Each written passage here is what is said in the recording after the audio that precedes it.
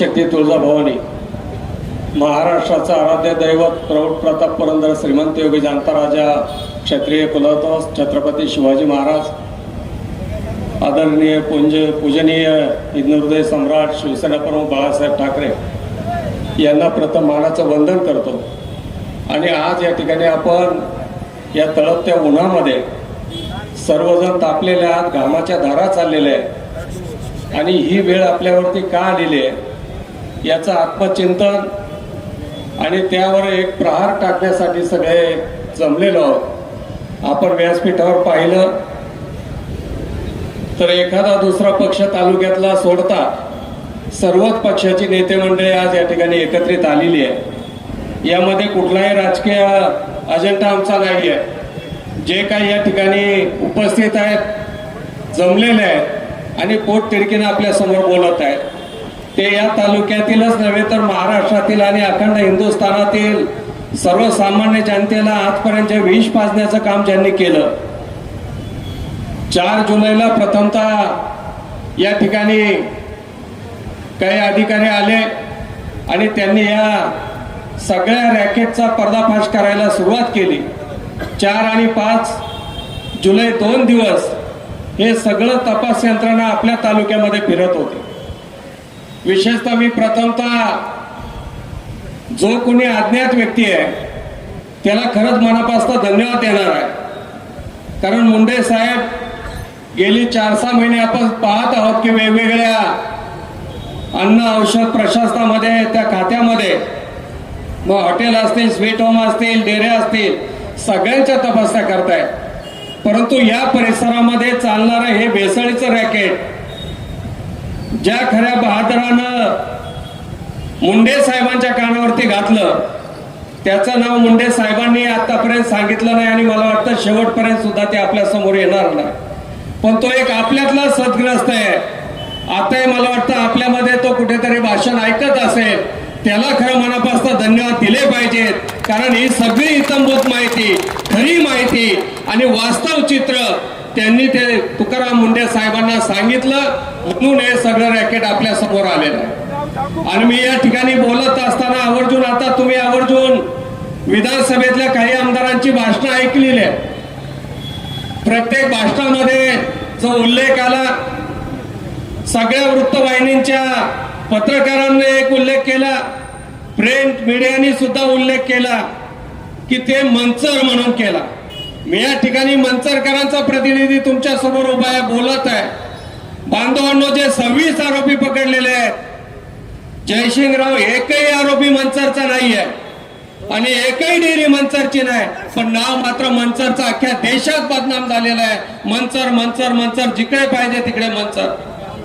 आम्हाला वाटत होतं की हे आमदार बोलले, आपले आमदार त्या ठिकाणी काही ना काही बोलतील की ज्या मंचरकरांनी खऱ्या अर्थानं 8व्या विधानसभेमध्ये कधी नाही चूक केली, ती पहिल्यांदा चूक केली, तुम्हाला मतदान केलं आणि खऱ्या अर्थाने मंचरकरांनी तुम्हाला विधानसभेत पाठवलं। आंबेगाव तालुक्याने तुम्हाला नाकारलेलं होतं। मंचरकरांचा त्याच्यामध्ये सिंहाचा वाटा आहे। मंचर राव आल्यानंतर तुम्ही मंचरसाठी तरी उभे राहाल असा माझ्यासारखा एक कार्यकर्ता आवर्जून वाट पाहत होता। आता तरी वळसे पाटील उठतील, नंतर तरी उठतील, अधिवेशन संपलं, पण शेवटपर्यंत वळसे पाटील साहेब मंचरचं नाव घेऊ नका असं म्हणायला सुद्धा उठले नाहीत। कारण ही विधानसभेची भाषणं तुम्हाला कल्पना आहे की नाही, ही त्या ठिकाणी सगळी भाषणं ही पटलावर येतात। पटल याचा अर्थ असा आहे की त्याची पुस्तकं, ग्रंथ तयार होतात। प्रत्येक आमदाराचं भाषण लिखित स्वरूपामध्ये। आजही तुम्ही गेला 1950 साली महाराष्ट्र राज्याची निर्मिती झाली, त्या पहिल्या विधानसभेमध्ये केलेलं मुख्यमंत्र्याचं भाषण, आमदाराचं भाषण आजही त्या विधान भवनाच्या तुम्ही ग्रंथालयात गेलात तर ते भाषण जसंच्या तसं तुम्हाला वाचायला मिळणार आहे।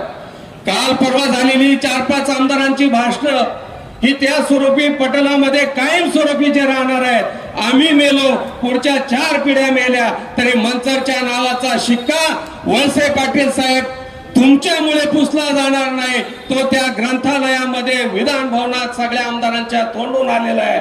मंचर हे दूध भेसळीसाठी प्रसिद्ध गाव तुम्ही त्या ठिकाणी केलेलं आहे। तुम्ही जर प्रतिकार केला असता तर यदा कदाचित ते नाव त्या पटलावरती खोडल्या गेला असता. ही 26 आरोपी आहेत, त्यातील फक्त एक लोढा मंचरला राहतो पण तो प्रॉपर मंचरचा नाहीये, तो सुद्धा बाहेरून पोट भरायला इथं आलेला आहे. बाकी हिंगे अवसरीचा आहे, तांबडे मळाचा आहे, आरगडे सचिन भाऊ तुमच्या पिंपळगावचा आहे, पण सगळ्यांची गावं ही मनसर टाकलेली आहेत. आपण पाहिलंय या पूर्वीच्या वक्त्यांनी आपल्या भाषणातनं सांगितलेलं आहे की या ठिकाणी या सगळ्यांना पाठबळ देणारं कोण आहे. जर पाठबळ देणारं व्यक्तिमत्व या परिसरामध्ये प्रतिनिधित्व करत नसलं, नेतृत्व करत नसतं तर बांधवांनो त्याच्यावरती आज ना उद्या त्यांची प्रतिक्रिया आली असती. पण या सेकंदापर्यंत एकही प्रतिक्रिया नाही. फक्त पहिल्या दिवशी आलं, कोणी असलं त्याच्यावर काही कारवाई केली तर मला काय घेणं देणं नाही, जो आरोपी आहे त्याच्यावर कारवाई झालीच पाहिजे. येतं कोणी सहजच बोलतं, पण जाणीवपूर्वक आवर्जून तुम्ही याच्यामध्ये आपल्या तालुक्याचं नाव खराब होत आहे, आपल्या परिसराचं नाव बदनाम होत आहे. भविष्यात जे प्रामाणिक शेतकरी आज दूध उत्पादन करतायत, जे घरामध्ये 4-2 गाय घेतात, प्रामाणिकपणे दूध डेअऱ्यांमध्ये घालतात, त्या शेतकऱ्यांचं दूध सुद्धा महाराष्ट्रात कुठल्याही शहरामध्ये घेतलं जाणार नाही. का ते आंबेगाव तालुक्यातलं दूध आहे, मनसरचं दूध आहे. तुमच्या दुधावरती कायम शंका घेतली जाईल, हे भेसळखोर आहे. म्हणजे भविष्यामध्ये या तालुक्याचा शेतकरी सुद्धा तुम्ही गाडलेला आहे, मारलेला आहे, कारण तुम्ही त्याच्यावरती काही प्रतिक्रिया दिली नाही. तुमची एक प्रतिक्रिया आली असती तर या तालुक्यातला प्रामाणिक शेतकरी छाती ठोकपणे उभा राहिला असता आणि माझं दूध हे निर्भेळ आहे, स्वच्छ दूध आहे. म्हणजे जिल्ह्यात नव्हे महाराष्ट्रात सुद्धा लोकांना पटलं असतं की या ठिकाणी आंबेगाव मधनं येणारं दूध हे निर्भेळ दूध आहे. बांधवांनो या ठिकाणी जे सुशांत हिंगे पकडलेले आहेत, मी परवाही सांगितलं, प्रथमतः या तालुक्याच्या एका पक्षाच्या अध्यक्षांना, म्हणजे मी नाव सांगतो, राष्ट्रवादी काँग्रेसचे अध्यक्ष विष्णू काका हिंगे यांनी नाकारलं की आमचा काही संबंध नाहीये, ते भावकीतले आहेत. पण ज्या वेळेस नंतर सगळी पत्र तयार झाली, कागदपत्र तयार झाली, त्यावेळेस याच काकांनी सांगितलं की नाही तो माझा पुतणे आहे, पण आमचा काही आर्थिक संबंध नाही, देणं घेणं नाहीये. एक परीक्षण करा, एक निरीक्षण करा. गेली 25-30 वर्ष देवदत्तजी तुम्ही आपण सगळे अरुण भाऊ त्याच पक्षात होतो. मला वाटतंय नंदराम तळेकर नंतर जे संचालक त्या ठिकाणी बसले, 25-30 वर्ष झालं एकच संचालक आज कात्रजच्या दूध डेअरीमध्ये, ते बदलण्याचं धाडस वळसे पाटील साहेब तुम्ही का केलं नाही याचाही जाब तुम्हाला जनतेला द्यावा लागेल. मग आम्हाला शंका काय येणार नाही की या पाठीमागे तुम्ही कुठेतरी आहात की नाही, ही शंका आहे माझी, आरोप नाहीये. कारण तुम्ही काही बोलत नाही आणि गेले 30 वर्ष हे संचालक तुम्ही त्या ठिकाणी ठेवलेले. नुसते संचालकच नाही, मी पक्ष सोडला, अरुण भाऊनी पक्ष सोडला, गेली 12 वर्ष राष्ट्रवादी काँग्रेस पक्षाचा एकच अध्यक्ष आहे आणि ते म्हणजे विष्णू काका हिंगे. का पक्षात दुसरी माणसं नाहीये? का त्या ठिकाणी दुसऱ्या कार्यकर्त्याला संधी तुम्ही देऊ शकत नाही? एका माणसावरती एवढं प्रेम का? राहिलं सोयलं आता जिल्हा परिषदच्या निवडणुका आल्या, त्या जिल्हा परिषदच्या निवडणुकीमध्ये सुद्धा जिल्हा परिषदचं तिकीटही त्यांना देण्यात आलं आणि निवडूनही तुम्ही त्यांच्यात आणलं. कारण हा सगळा पैसा कशाचा आहे हे आता तुमच्या समोर आलं. मला आता कळलंय की आम्ही गरीब का आहोत. आज तुकाराम मुंडे अन्न औषध प्रशासनात आले म्हणून दुधाचं या ठिकाणी सगळं जे काही 2 नंबरचं रॅकेट आहे, सिंडिकेट आहे, ते तुमच्या समोर आले. असे जयसिंगराव तुमच्यासारखी मंडळी म्हणली, आम्हाला बरं वाटलं की आरोपी पोलिसाच्या खांद्यावर आटून चालतोय. आम्ही बोललो तर तुम्ही म्हणाल हे विनाकारण आमचं गृह खातं बदनाम करतात. पण पोलिसांना आता काय फक्त आरोपींचाच धाक आहे, जनतेचा काय धाक राहिलेला नाही.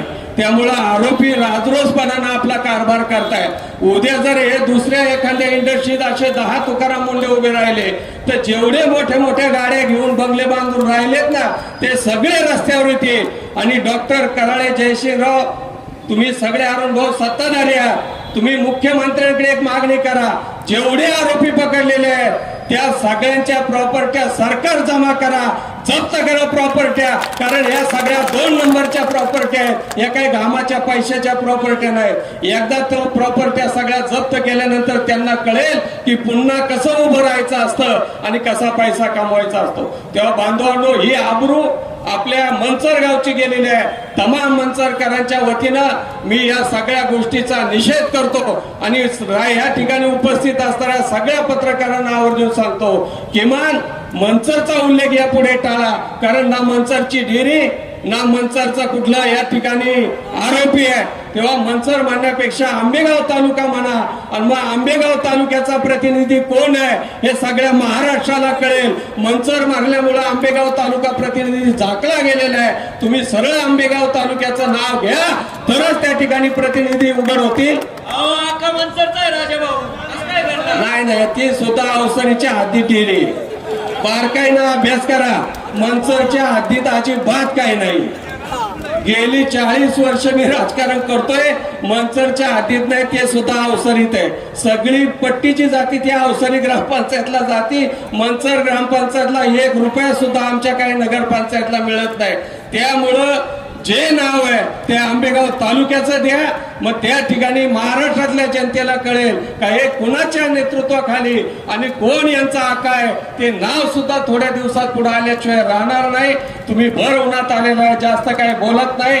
परंतु सामान्य जनतेला अजूनही एक आमची तक्रार आहे. आज वाटलं होतं 5-10 हजार लोक येतील, कारण हा प्रश्न आता तुमच्या आमच्या घरापर्यंत गेलेला आहे. या उत्पादकांना भेसळखोरांना याचं काही नाही, पण रोज 1 चमचाभर पावशेर अर्धा लिटर दूध आपण प्रत्येक जण घरामध्ये घेतो. आतापर्यंत यांच्या मार्फत हे विष आपल्या घरात नेलेलं आहे. माझा स्वतःचा सक्का भाऊ कॅन्सरनं मेला. बिचारा शुद्ध शाकाहारी होता, निर्व्यसनी होता. आम्हाला वाटलं आतापर्यंत केवळ ह्या रासायनिक खता औषधामुळेच कॅन्सर होतो, पण प्रशांतजी खता औषधापेक्षा दूध आणि रोजचा चहा पितो आपण. या दुधातलं हे विष इतकं भयानक आहे की भविष्यामध्ये आपल्या तालुक्यात नव्हे तर पुणे जिल्ह्यात सगळ्यात जास्त कॅन्सर पेशंट हे आपल्या परिसरामध्ये केवळ या दुधामुळे निघतील. आणि हे सगळं पाप या सगळ्यांच्या माथी असणार आहे. त्या कर्माची फळं यांना मिळणार आहेत बांधवांनो. तेव्हा जास्त न बोलता आपण सगळे आलात. मनापासून तुम्हाला सगळ्यांना धन्यवाद देतो आणि थांबतो. जय हिंद, जय.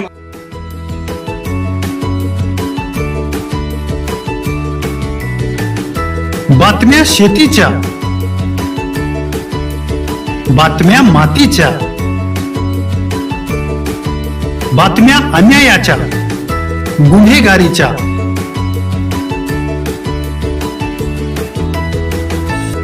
राजकारणाच्या आणि समाजकारणाच्या, शोषणाविरुद्ध बुलंद आवाज, जनसामान्यांच्या हुंकाराची गाज, सत्कार्याला प्रोत्साहन, दुष्कृत्याला अनुशासन, निर्भीड, निस्पृह, सडेतोड, बेधडक आणि रोखटोक म्हणजेच विघ्नहर टाइम्स. शोध बातमीचा, ध्यास सत्याचा. आपलं चॅनल, आपली बातमी. सबस्क्राईब तर कराच, पण बेल आयकॉनवर क्लिक करायलाही विसरू नका.